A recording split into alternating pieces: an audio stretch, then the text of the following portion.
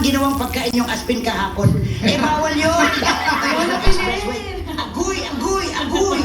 Kaya sa mga players, you really have to be observant. Maayong to rin na Lola Belen. Bakit kayo po nandyan? Nasa po si Ellen? Lumabas lang si Ellen. Babalik din naman. Nagpabili lang ako ng gamot. Gamot? Gamot para sa inyo. Bakit? Ano po nangyari sa inyo? Okay lang po ba kayo? Ngayon okay, pero mag-standby lang ako ng gamot in case sumakit na naman ang ulo ko. Bakit naman masakit ang ulo ninyo? Eh kasi naman ginawang pagkain yung aspin kahapon. Eh bawal yun!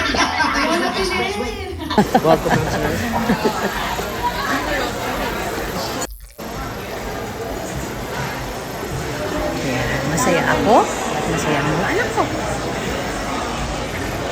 Happy ang mga anak ko, kaya okay na.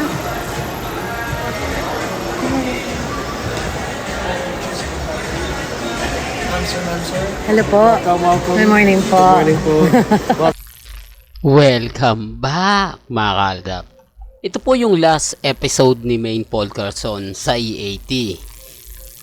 I-remind ko lang po kasi nagbigay po sa atin ng update si Madam Iggy Marcelo mga kaaldab. Siya po yung #1 Aldab Nation na talaga kung saan nga po mas maraming alam kaysa po sa akin. Di po ba? Sabi ko nga po sa inyo, dito po sa channel ni Mr. Destiny, 101% updated po kayo. Ano man po yung mga nababasa ninyo, nakikita, marami rin po ang nakaka-update niyan. Ito po kasi yung sinabi niya sa akin. Alam mo, Mr. Destiny, bali-balita din ito.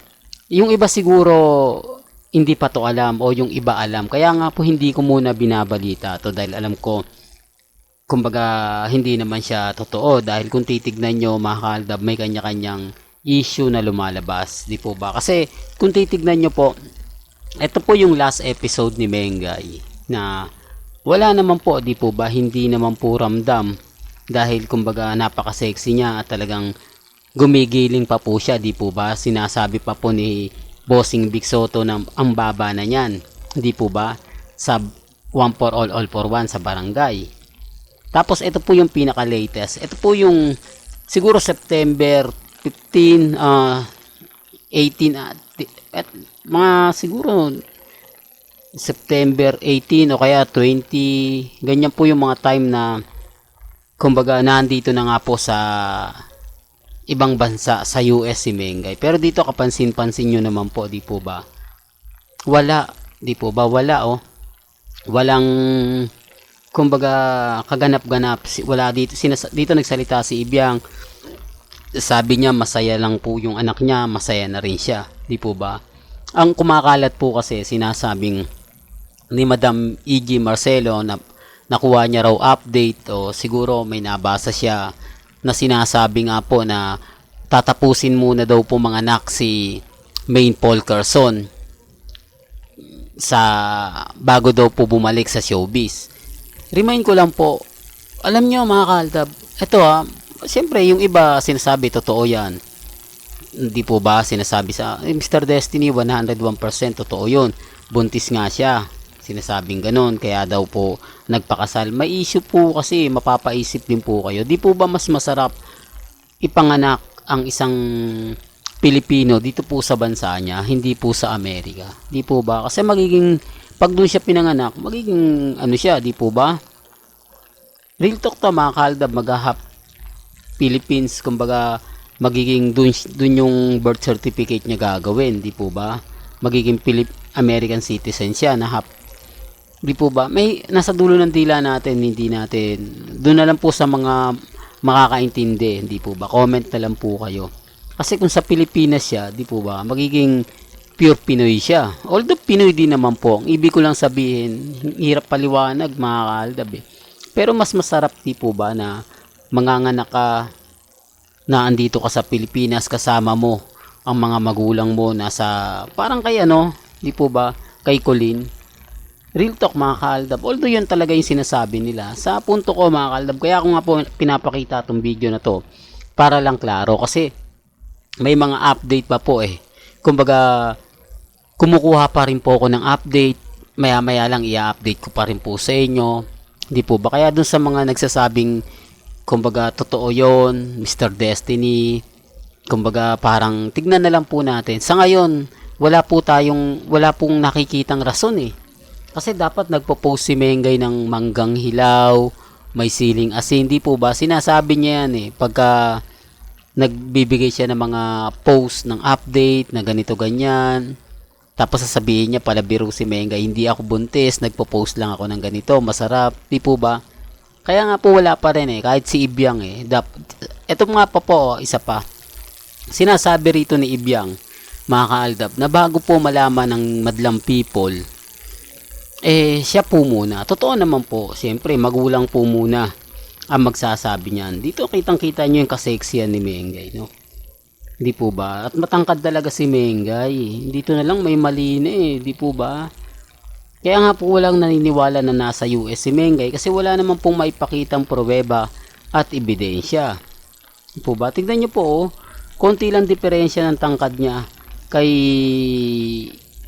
Bossing Vic Soto. Pero dito, kita nyo ang liit ni Mengay, no? Hanggang balikat lang, sa leeg lang nga po talaga siya ang balikat nga lang po eh. Di po ba? Well, may kanya-kanya tayong pananaw, may kanya-kanya po tayong opinion, no? Kung titignan nyo, tapos yung video ni Bossing, di po ba? Pero gaya ni sinabi ko, hindi ako namimilit, ha? Kita nyo yung mata ni Bossing, sapul na sapul sa ulo ni Mengay, no? Real talk, mga kaaldab. Pero gaya na sinabi ko, wala pong pilitan sa channel natin. Kung ano lang po yung gusto nilang malaman, kung ano lang gusto nilang marinig, nire-respeto ko po yun at ginagalang. Kaya ako nga po ito ina-update kung ano nga po ba pagkakaiba ng katawan ni Mengay sa katawan nga po nandito sa US. Di po ba? At wala naman po talagang ina-update eh. Hindi man lang po nagbibigay ng pasintabi, ganito ganyan, etc. etc. Di po ba? Although sinabi to ni Madam E.G. Marcelo, mga kaaldab, sabi ko nga po sa inyo, hindi ko dapat ito sasabihin. Kumbaga, salamat na rin po. Kumbaga, para mas malinaw, mas klaro, di po ba? Yung issue na yan, marami na rin po nakakaalam niya. Yun nga po yung sinasabi na pagkatapos ng mga anak, 9 months yun eh, mga kaaldab, di po ba? 9 na buwan mong dadalhin yan sa sinapupunan o sa tiyan.